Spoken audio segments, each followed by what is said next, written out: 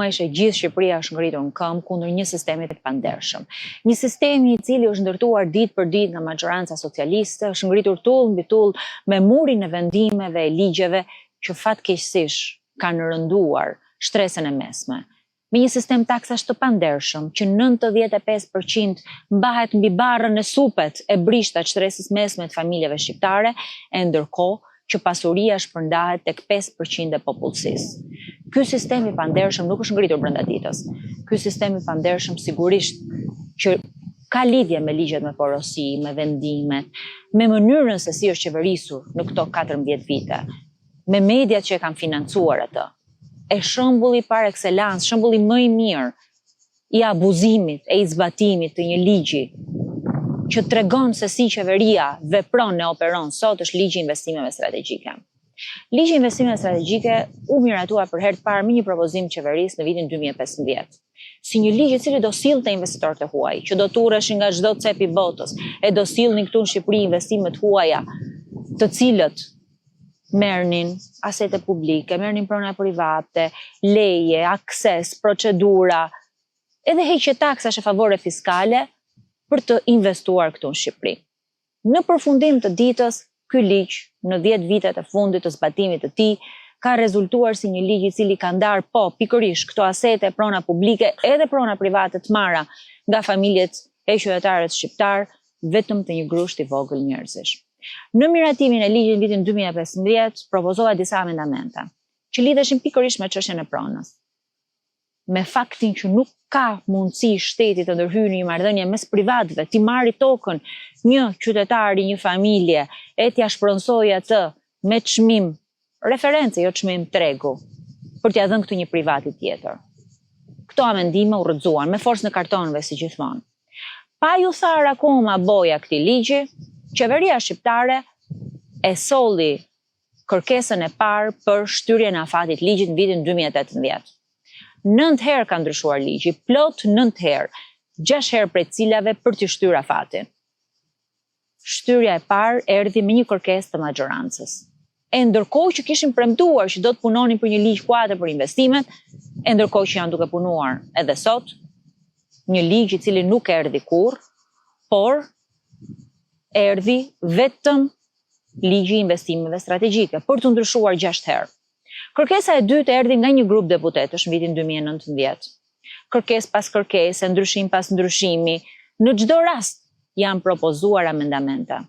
Ndërkohë që në vitin 2022, edhe me kërkesë të Komisionit Evropian, edhe pasi ky ligj ishte shfaqur si ligji më abuziv, i cili pa konkurrencë, pa garë të ndershme, jep asetet publike të një grup i vogël biznesesh pranë qeverisë, kërkova që ky ligj të pezullohet.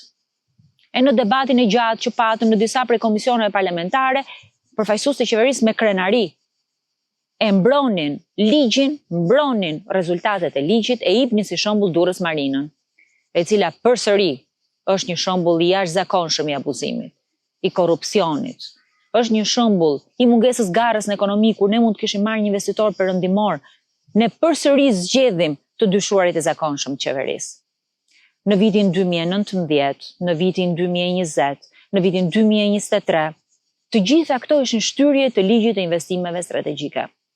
Të gjitha këto ishin shtyrje me forcën e kartonave, deputet pas deputeti, grup deputetësh pas grup deputeti, të cilët pa asnjë kompromis ngrinin kartonin e votonin për këtë ligj abuziv, për ligjin për cilin sot qytetarët e gjithë Shqipëria është ngritur në këmbë po proteston. Vetëm pak muaj para zgjedhjeve të vitit 2025, qeveria kërkoi shtyrjen e radhës deri në 31 dhjetor 2026. Ndërkohë që kishte marrë angazhimin që ta pezullonte këtë ligj, edhe si rezultat i detyrimeve në pozicionin negociues në procesin e integrimit. Edhe si fakt i shkeljes marrëveshjes stabilizimi e asociimit, sepse i ndan asetet publike, pronat, pa konkurrencë, pa garë, sepse e vret ekonominë. Sepse ka dhënë vetëm leje për ndërtime hotelesh e turizëm, duke mos tërhequr asnjë investitor të huaj.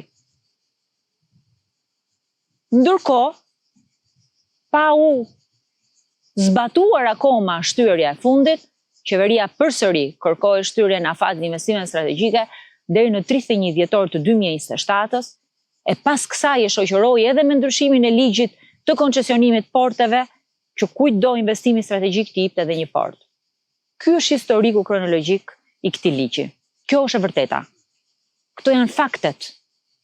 Atje të shkruara, e zeza mbi të bardhë, për këtë ligj abuziv.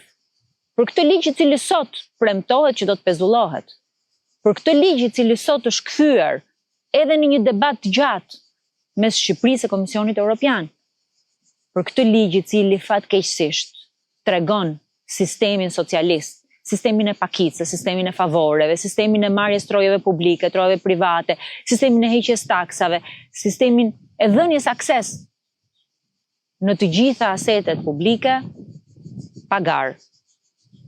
Tani, sa mund t'i besohet propagandës qeverisë? Sa mund t'i besohet atyre që e kanë ngritur këtë sistem se do t'a zhbëjnë këtë sistem? Sa mund t'i besohet atyre që sot vajtojnë me lot krokodili e thonë që e kanë fajin protestuesit, se e ka fajin opozita? Sa mund t'i besohet atyre që plot 6 herë kanë ndryshuar këtë ligj? Vetëm për të shtyra fatin. Në total 9 ndryshime, dhe asnjëherë për cilë garën ekonomi, asnjëherë për meritokraci, asnjëherë për konkurrencë, po gjithmonë për favore një grupi të vogël njerëzish. Këtë sistem nuk e zhbëjnë dot ato që kanë krijuar. Këtë sistem me ligje që kalojnë parlament si një noter i rëndomt i qeverisë, me ligje të cilat fatkeqësisht ndryshojnë për interesat ngushta, me ligje të cilat kapin shtetin, nuk e ndryshojnë dot ato që kanë ideuar, ato që kanë konceptuar, ato që kanë votuar, ato që kanë miratuar, ato që kanë zbatuar. Këtë sistem do ta ndryshojë shoqëria shqiptare. Këtë sistem gjithë bashkë duhet ta ndryshojmë. Ndoshta rezultatet kanë vonuar që të vinë sepse ky ligj ka bërë shumë dëm në ekonomi. Po zhbërja e këtij ligji është heqja e një prej tullave për të rrëzuar sistemin. Sistemin e pakicës, sistemin socialist, sistemin që ka marrë frymën e ekonomisë, ka vrarë garën, sistemin që sot është kthyer në pengesën kryesore për zhvillimin e Shqipërisë.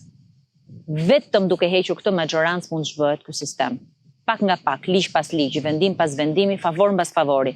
Ashtu si i kanë dhënë, ashtu duhen hequr. Këtë sistem do ndryshojmë.